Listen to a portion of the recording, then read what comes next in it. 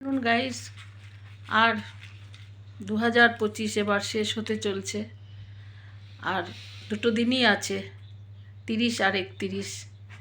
তো যখন নতুন বছর শুরু হয় না, তখন আমরা সবাই খুব এক্সাইটেড হয়ে পড়ি।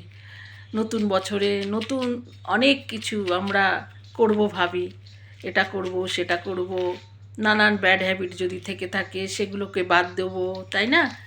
এক্সারসাইজ করব, যোগা করব, তারপরে খাওয়ার মধ্যে কি কি বাদ দেবো, কি কি অ্যাড করব, এই সমস্ত জিনিস আমরা ভাবি 1 জানুয়ারির থেকে শুরু করব। কিন্তু একটা কথা হয়ে ওঠে না।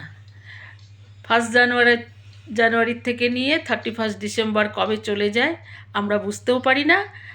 মেন থিং হচ্ছে আমরা খালি এক্সাইটেড হই, কিন্তু আমাদের যে করতে হবে জিনিসটা তার উপরে আমরা ধ্যান দিই না।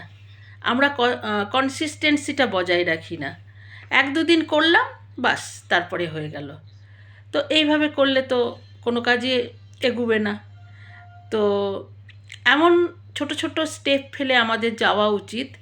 একেবারেই কোনো বিগ স্টেপ না, ছোট্ট ছোট্ট স্টেপ ফেলে আমাদের সারাটা বছর অ্যাক্টিভ থাকা উচিত।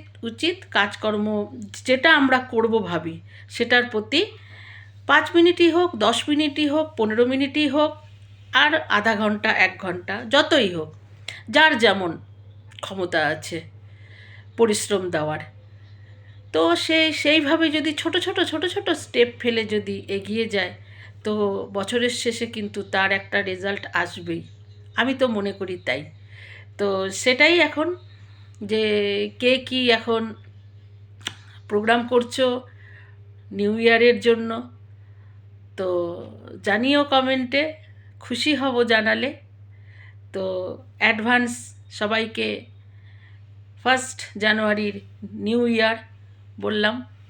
তো সবাই সারা বছর খুব সুখে থেকো, আনন্দে থেকো, অনেক উন্নতি করো। তো আজকে এতটাই, আবার দেখা হবে নিউ ব্লগে।